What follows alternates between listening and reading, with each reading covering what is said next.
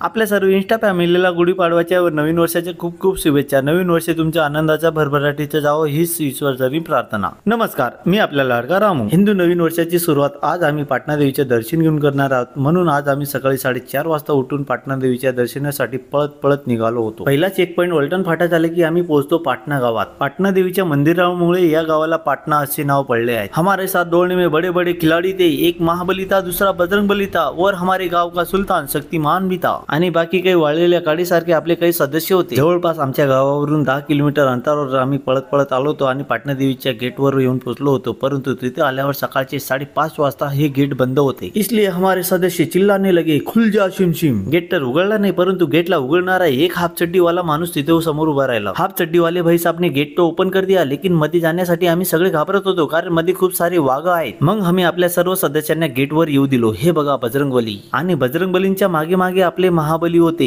कोणी म्हणू शकते का ज्या व्यक्तीचं 105 किलो वजन होतं तो आता 11-12 किलोमीटर पळत किंवा चालत पाटणा देवीला पोहोचतोय। सर्व सदस्य गेटवर आले की आम्ही सर्व मिळून जातो आपल्या पाटणा देवीला प्रसिद्ध असलेल्या हेमाडपंथी महादेव मंदिर या ठिकाणी। पाटणा देवीला जर तुम्हाला ट्रॅकिंग करायचं असेल तर तुम्ही कन्हेरगड आणि पित्तळखोरांच्या लेण्यात ट्रॅकिंग करू शकतात। सकाळी भोलेनाथांचं दर्शन घेतलं आणि पाटणा देवी मंदिराकडे निघालो आम्ही, आणि सर्व मंडळी एकत्र झाली की तुम्हाला माहितच आहे राडा तर होणारच।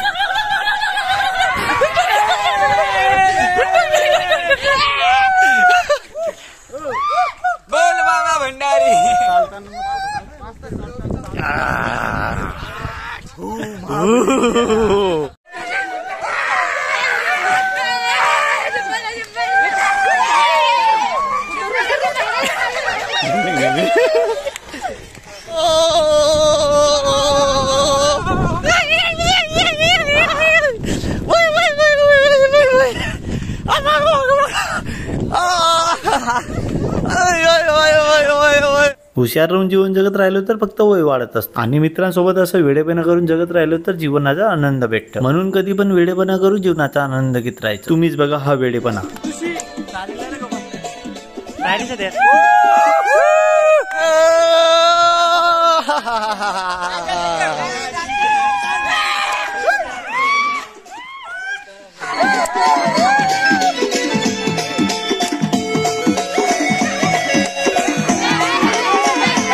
एक लेख आणि 2 शब्द बजरंगबलींच्या डान्स बद्दल आपल्या कमेंट मध्ये होऊन जायलाच पाहिजे। हा सीन बघून मी काहीच बोलू शकत नाही, तुम्हीच बोला आपल्या कमेंट मध्ये।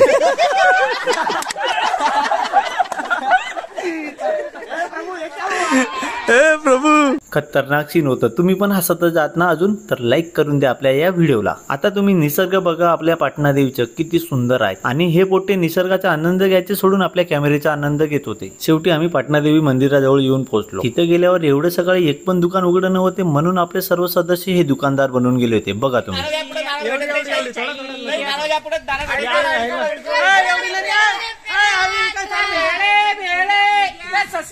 सस्ता वाले भेड़े कपरोड़ी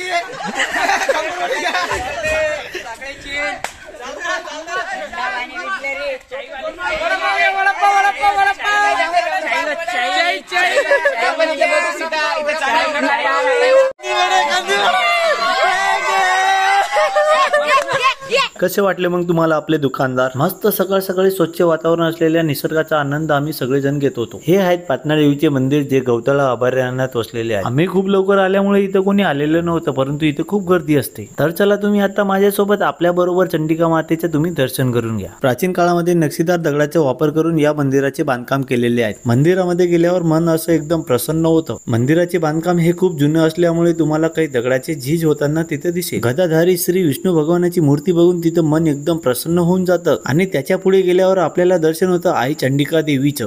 चंडिका माते की जय, जय श्रीराम, जय श्रीराम।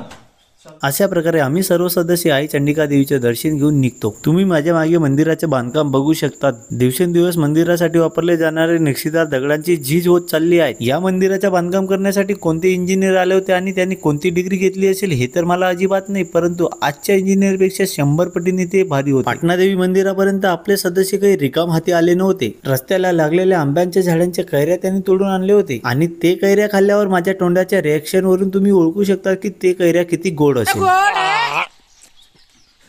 आणि त्याबद्दल आपला बजरंगबली मागून काय म्हणत असेल ओळखा बरं तुम्ही. इथं आल्यावर आम्हाला माणसं तर नाही भेटले, परंतु माणसांचे पूर्वज म्हणजे माकडं भेटले. आणि हा भाऊ तर आम्हाला बघून जास्त शायनिंग मारत होता, त्या तारेवरून तो चालत होता. बघा तो माकडं कसं चालतोय. आता त्या भाऊला काय माहिती आपले महाबली आणि बजरंगबली पण चालले असते, परंतु त्यांच्या वजनाने ती वायर तुटून जाईल म्हणून ते चालत नाही. अशा प्रकारे आम्ही मनसोक्त निसर्गाचा आनंद घेऊन आता गावाकडे परत निघालो होतो. पाटणा देवीला फिरण्यासारखे खूप सारे ठिकाण आहेत. जवळपास 3 दिवस तुम्ही फिरू शकतात एवढं ठिकाण आहेत. परंतु जंगलात आल्यावर वन्य प्राण्यांपासून सावधान राहायचं. आणि इकडे बघितलं तर जंगल में मंगल चढ राहता. इकडे माणूस माणसांवर प्रेम करत नाही, परंतु प्राणी हे प्राणींवर प्रेम करत असतात. म्हणून मला वाटतं की परत माणसाने माकडाकडे निघायला काही हरकत नाही. आणि हा तुम्ही असं कुठेही जंगलामध्ये फिरायला जात असेल तर या मुख्य प्राण्यांसाठी पाण्याचे असे डबके करून तुम्ही ठेवायला पाहिजे. आता परत 10 किलोमीटर पै चालायचं म्हणून आमच्या पोटापा म्हणलं की बस झालं, आता मी काही चालू शकत नाही.